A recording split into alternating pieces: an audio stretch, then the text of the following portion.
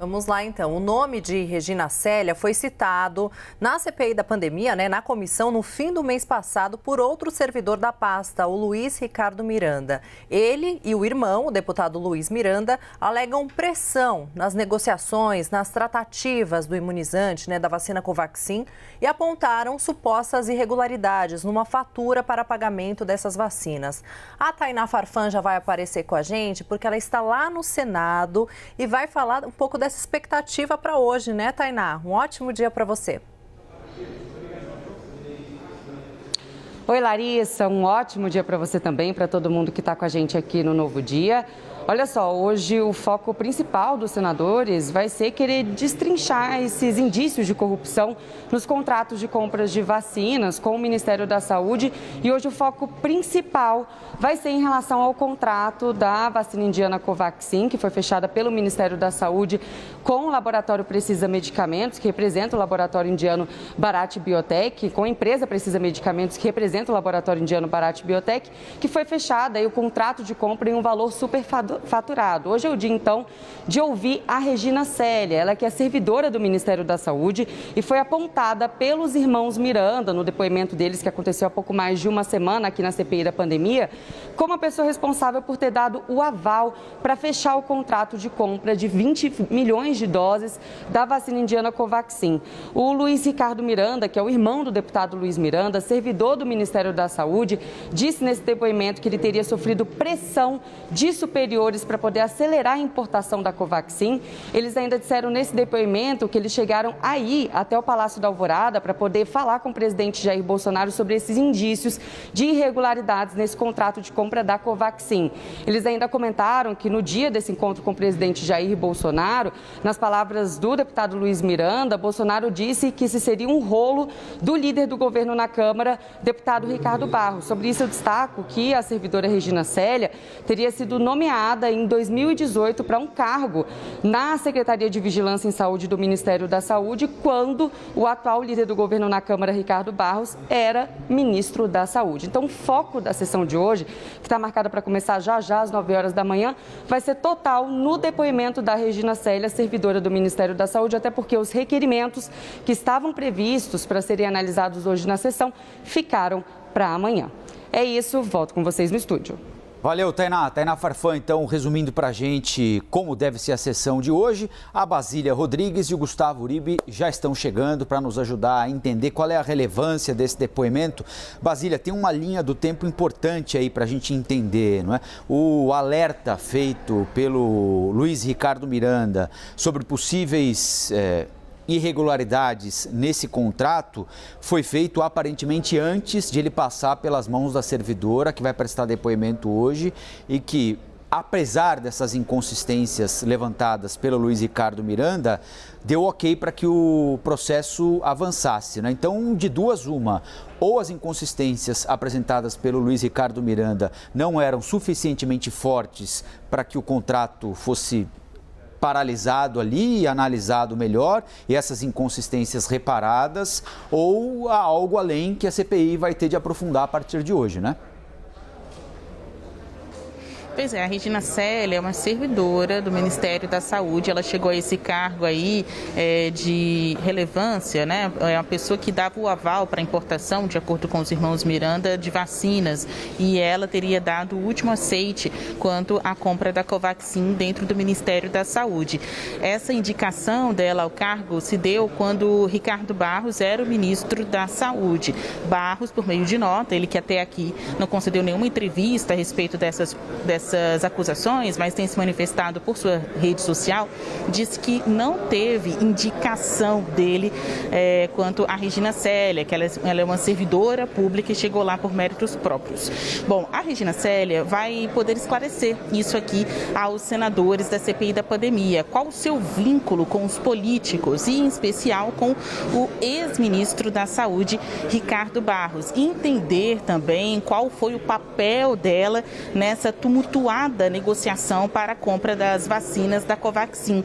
A gente está falando de uma vacina que, de fato, foi negociada pelo governo federal com a Bharat Biotech para a compra dessa vacina e o contrato está suspenso, ele não foi cancelado. Então, toda aquela negociação, tanto de valores quanto do número de doses, legalmente se deu.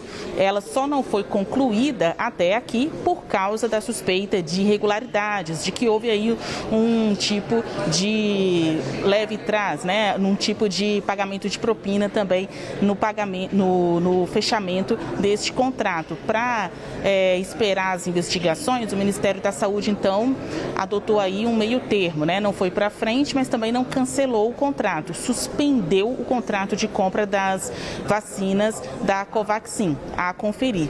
A Regina Célia também será importante aqui o depoimento dela aos senadores da comissão, porque eles acreditam que conseguirão, até o final das investigações, traçar uma linha aí, uma conexão entre a denúncia da Covaxin e a denúncia feita pelo vendedor de vacinas, Luiz Dominguete, sobre a negociação de doses da AstraZeneca. Ela, como uma servidora da saúde e uma pessoa atuante, aparentemente, nestas negociações da compra de vacinas, poderá trazer aqui elementos para a investigação no que diz respeito também a outras marcas de imunizantes.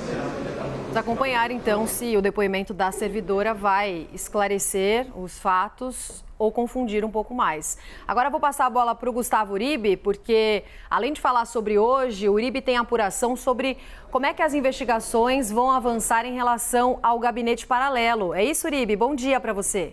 Bom dia, Roberta. Bom dia a todos. Basília, Colombo. O relator Renan Calheiros, ele tem como mote, como linha principal de investigação, as eventuais irregularidades no contrato da vacina da Covaxin, mas ele não quer deixar de lado as outras linhas de investigação, e uma delas é do gabinete paralelo, que é uma estrutura que funcionaria no Palácio do Planalto, instruindo o presidente Jair Bolsonaro no combate à pandemia do coronavírus, em desacordo com o Ministério da Saúde.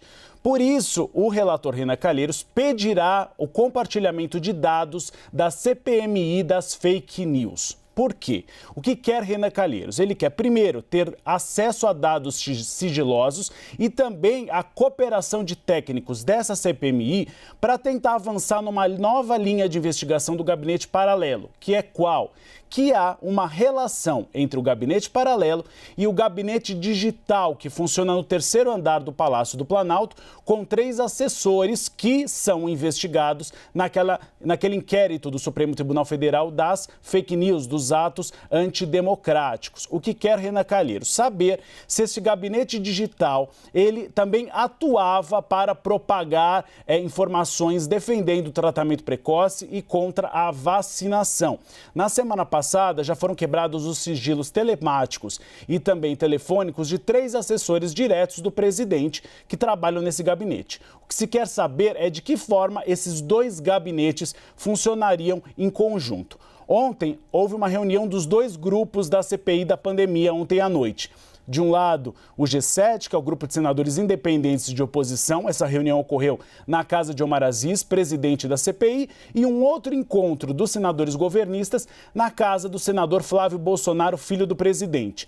Na reunião, pelo que eu apurei da casa de Flávio Bolsonaro, foi discutido muito essa possibilidade da criação de uma nova CPI das rachadinhas, ou seja, que o governo se prepare para, na sessão de hoje da CPI da pandemia, defende o governo em relação a isso, porque eles consideram que provavelmente alguns senadores do G7 vão trazer esse assunto à baila e essa denúncia que foi apresentada ontem pelo UOL.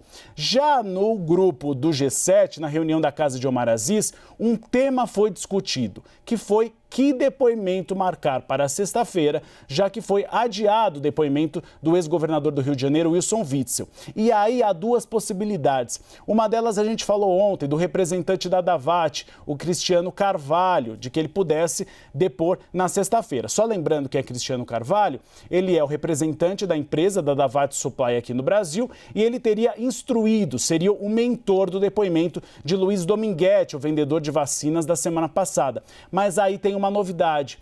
Esses senadores do G7 também avaliam convocar na sexta-feira Ricardo Barros, líder do governo na Câmara dos Deputados. Por quê? Porque ontem o Supremo Tribunal Federal, ele apresentou um pedido à CPI para que se posicione de um prazo de 5 dias, de por que Ricardo Barros, o depoimento dele não foi marcado.